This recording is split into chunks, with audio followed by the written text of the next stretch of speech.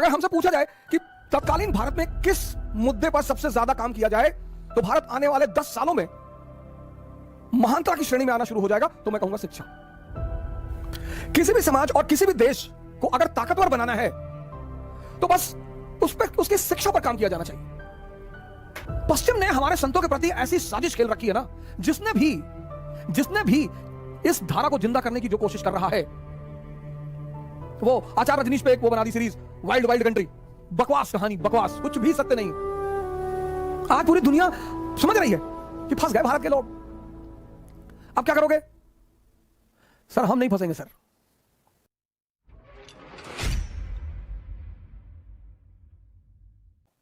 शिक्षा,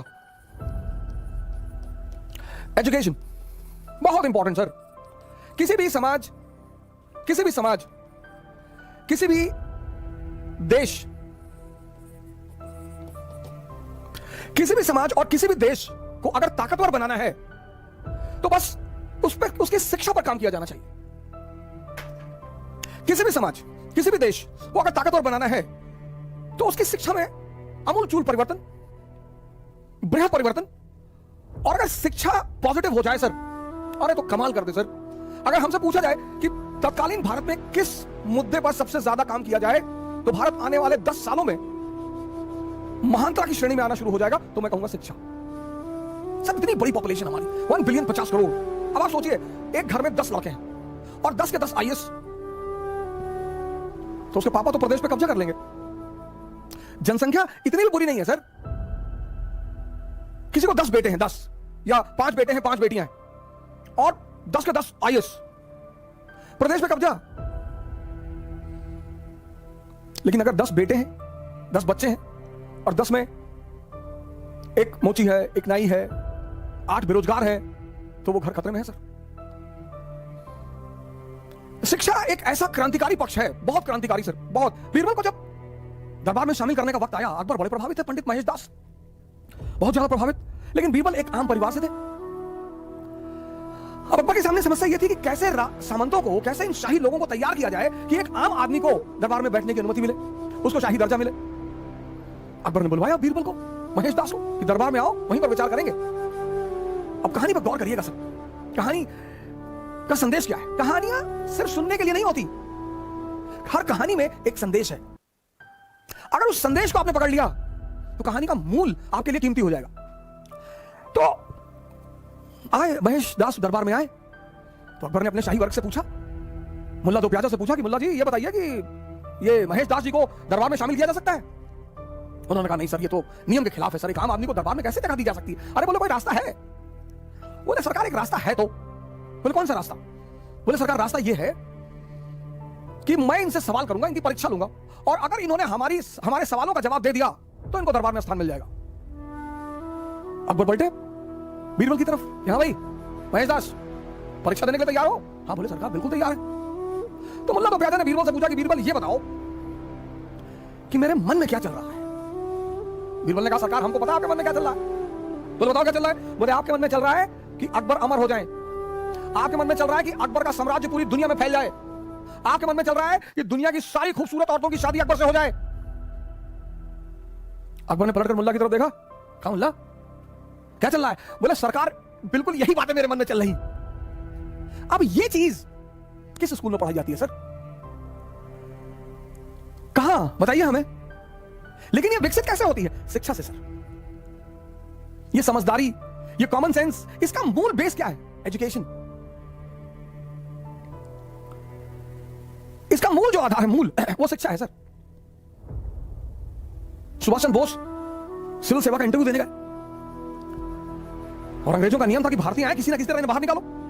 जैसे एमपीपीसीएस में जब इलाहाबाद के लड़के इंटरव्यू देने जाते हैं तो उनको 2 नंबर दिया जाता है, 3 नंबर दिया था। हमारे एक सीनियर है गोंडा के डीएम है मार्कंडे शाही जी, उनको 4 नंबर मिला था इंटरव्यू में, तब भी डिप्टी जेलर हुए थे, सेकंड रैंक आई थी उनकी एमपीपीसीएस में, 4 नंबर। उनसे कहा कि आपने बड़े अच्छे जवाब दिए, बहुत अच्छा सवाल, लेकिन हम इलाहाबादी, आप लोग तो सिर्फ बचपन से तैयारी करते हैं, इलाहाबाद का लड़का तो क्या क्या नहीं जानता। डिप्टी जेलर हुए सुभाष चंद्र बोस। अब बोर्ड मेंबर ने पूछा कि बोस क्या नहीं कर सकता? बोले साहब सब कुछ कर सकता है। बोले सब कुछ कर सकता है बोस। उसने कहा अच्छा। उसने अपनी वेडिंग रिंग निकाली, शादी वाली अंगूठी सामने रख दी, कहा इसमें से निकल के दिखाओ। सुभाष चंद्र बोस ने एक पेपर लिया, कागज में लिखा एससी बोस, और उस अंगूठी से निकाल दिया। कहां निकल गए? कहां निकल गए? ये चीज कहां से आ रही है सर? सिकंदर आया भारत, तो सिकंदर जब भारत आ रहा था तो उसका गुरु था डायनोसियस। तो जब हम विदेश जाते हैं, जैसे पहली बार मैं ही बाहर गया, कंट्री के बाहर गया, तो मैंने लोगों को फोन किया, जो हमारे रिश्तेदार हैं, दोस्त हैं, मैंने उनको फोन किया कि हाँ भैया, मनोज भैया, हाँ वैसे बाहर जा रहे थे तो कुछ मंगाना है तो बताओ। तो अब वो पूछेंगे कि कहां जा रहे हो, तो हमने कहा ऐसे अमेरिका जा रहे थे। अच्छा अमेरिका जा, तो भैया हाँ अमेरिका जा। अब सीधे कह नहीं सकते ना फोन करके कि भैया अमेरिका जा रहे हैं, लेकिन खुशी बहुत है कि अमेरिका जा रहे हैं। अब उसे बताना है कि अमेरिका जा रहे हैं, तो कह रहे भैया अमेरिका जा रहे हैं तो कुछ मंगाना हो, लाएंगे तो वैसे भी कुछ नहीं हम, लेकिन कैसे बताएं लोगों को कि अमेरिका जा रहे हैं। तो सिकंदर भी भारत की तरफ आ रहा था, पूरब की तरफ, तो गया डायनोसियस उसका आध्यात्मिक गुरु है। तो कहा गुरुदेव पूरब की तरफ जा रहे हैं, भारत की तरफ, कुछ लाना है? बोले यार कुछ लाना वाना नहीं है, हट जाओ, सामने से धूप आ रही है। तो 18 साल का लड़का जिद में आ गया कि नहीं बताओ कुछ लाना है कि नहीं। बोले यार लाना तो है। बोले क्या लाना है? बोले एक सन्यासी ले आना भारत से। कहा ठीक है। आया भारत आया, जब वो लौटने लगा पोरस युद्ध के बाद, तो उसे याद आया कि यार गुरुदेव ने तो सन्यासी मंगवाया। तो उसने हाँ, तो उसने अपने सेनापति नियार्कस को बुलाया, ऐसा करो एक सन्यासी पकड़ लो, जाओ उठा लो किसी को। नियार्कस गया, और एक बहुत फेमस सन्यासी थे उस समय के, दंडन सन्यासी। मैं बताऊंगा ये 1991 की शिक्षा ने कितना अपराध किया हमारे साथ। सन्यासी, आज हमारे देश के लोग सन्यासी शब्द से या तो डरते हैं या नफरत करते हैं। मेरे बड़े सारे स्टूडेंट हमसे कहते हैं सर हम जब ध्यान करने बैठे तो मम्मी पापा डांटते हैं, ये सन्यासी बनने जा रहा है। पहले आइए सुनो, सन्यासी मतलब जागृत, सन्यासी मतलब भगोड़ा नहीं होता। अगर आपके बच्चे ध्यान कर रहे हैं तो करने दीजिए सर। बड़ा प्यारा वर्ड है जागृत। राजा जनक जागृत है और राजा है।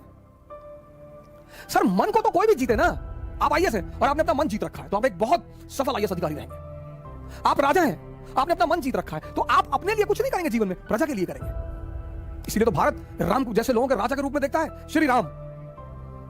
अभी आगे मैं उन पर चर्चा करूंगा श्री राम पर, कि शिक्षा ने हमें क्या क्या रंग दिखा दिए, कैसे हमें मूल उद्देश्य से भटका दिया। एक शिक्षित आदमी किसी भी धर्म से नफरत करे, संभव ही नहीं है सर, संभव ही नहीं है। एक शिक्षित आदमी शिक्षित किसी धर्म से नफरत करे कि इस्लाम अच्छा धर्म नहीं है, ईसाईयत अच्छा धर्म नहीं, तब तुम पढ़े लिखे ही नहीं, तब तुम खत्म हो गए। अगर उच्च शिक्षा लेने के बाद भी किसी को यह समझ में नहीं आया कि भगवान एक है, ईश्वर एक है, धर्म का रोल क्या है, सर उसकी शिक्षा खत्म, उसकी शिक्षा का कोई मूल्य नहीं है सर, बेकार है सर, उसको अपनी सारी डिग्रियों को जला देना चाहिए। धर्मों में कोई मतभेद नहीं है, इस्लाम, हिंदुइज्म, क्रिश्चियनिटी, सिखिज्म, इनमें कोई मतभेद नहीं है सर। मतभेद है मानने वालों में, क्योंकि इनको दिशा कौन देता है? पुरोहित। और 98% पुरोहितों को कुछ भी नहीं पता, चाहे वो किसी भी धर्म के हो। मैं किसी का नाम नहीं लूंगा, ना मैं किसी हिंदू पुरोहित का नाम लूंगा, ना मैं किसी मुसलमान पुरोहित का नाम लूंगा, लेकिन कभी कभी जब मैं इन पुरोहितों को सुनता हूं तो मुझे बड़ी, और ऐसे ऐसे पुरोहित हैं, मुसलमान पुरोहित, हिंदू पुरोहित, जिनको लाखों लोग सुनते हैं सर, और वो इतनी उल्टी सीधी बातें उनको बताते हैं, इतनी उल्टी सीधी भरमाते हैं उनको। ये पुरोहित, संत की बात मैं नहीं कर रहा हूं, संत एक दूसरी धारा है, मैं पुरोहितों की बात कर रहा हूं, वो किसी भी धर्म के। 98% ये तोते हैं, रटे हुए लोग हैं। संत तो कबीर जैसा होगा, पढ़ा भले ना हो लेकिन समझदारी बहुत बड़ी होगी। कंकड़ पत्थर जोड़ के मस्जिद लियो बनाए, और ताचड़ मुल्ला बांग देगा, बहरा भयो होता है, किसी ने कुछ नहीं कहा उन्हें। सन्यासी तो बहुत बड़ी चीज है इस देश की सर। कोई जरूरी नहीं कि सन्यासी गिरवा पहनेगा, जींस भी पहन सकता है सर, टी शर्ट भी पहन सकता है, रेबैन का चश्मा भी लगा सकता है। ये तो हमारे देश के जो भगोड़े थे उन्होंने गिरवा बना लिया। गिरवा पहनने से उनको थोड़ा सम्मान मिल गया कि बाबा जी जा रहे हैं, किसी ने चाय पिला दिया, किसी ने खाना खिला दिया। सन्यासी बहुत बड़ी चीज है सर। अगर आपके बच्चे ध्यान कर रहे हैं, आपके घर में कोई ध्यान कर रहा है, सर उसे डांटिए मत, मारिए मत सर, उसे डिमोरलाइज मत करिए। सिकंदर को मिल गया दंडन, नियार्कस, वो गया बाहर, उसे वही मिल गए गेरुआ पहने हुए, उसको लगा ये है सन्यासी। उसने दंडन से कहा कि सिकंदर भाई ने बुलाया है। बोले सिकंदर भाई ये कौन है? अरे बोले उसने तलवार पे हाथ रखा। अरे दंडन ने कहा ये सब खिलौने बाजार में बहुत मिलते हैं, और दुनिया में 2 ही भाई हैं, एक ऊपर वाला दूसरा मैं, और किसी का नाम मत लेना मेरे सामने, नहीं तो चप्पल निकाल के इतना मारूंगा तुमको। नियार्कस को बड़ा अजीब लगा कि ये कौन आदमी है यार। नियार्कस ने आके कहा सिकंदर से कि यार बड़ी अजीब चीज हो गई आज। बोले क्या? बोले आपका नाम जिसके भी सामने लिया वो कांपने लगा। पहली बार एक नंगा सा आदमी, फकीर, भिखमंगा, वो तो हम ही को गाली देने लगा पलट के, ये बड़ा सिकंदर देखे। सिकंदर ने कहा अच्छा चलो।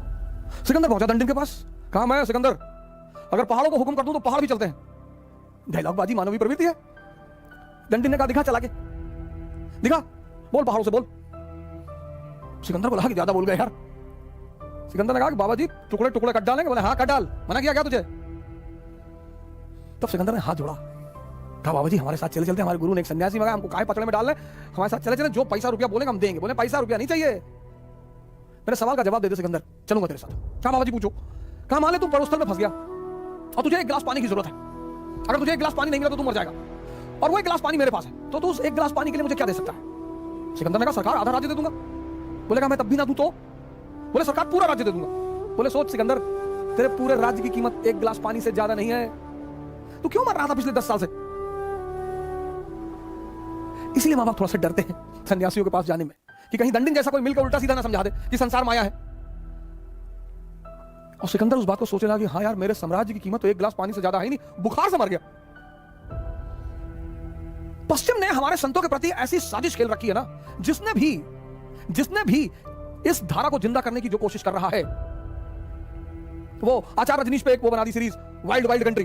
बकवास कहानी, बकवास, कुछ भी सत्य नहीं। क्योंकि पश्चिम को एक बात पता है कि भारत अगर फिर से जब भी कभी महान बनेगा तो सिर्फ एक वजह होगी, संतों का पुनः सम्मान। जो ज्ञान की धाराएं बह रही हैं इस देश में, उनका पुनः सम्मान। उसे खोने मत दो किसी भी कीमत पर, उसे होने मत दो, कुछ भी हो जाए। आज तक पता नहीं है स्वामी विवेकानंद की वाकई में मृत्यु किस तरह हुई। पश्चिम में जाकर हंगामा मचा दिया उस आदमी ने। Chicago, Paris, London,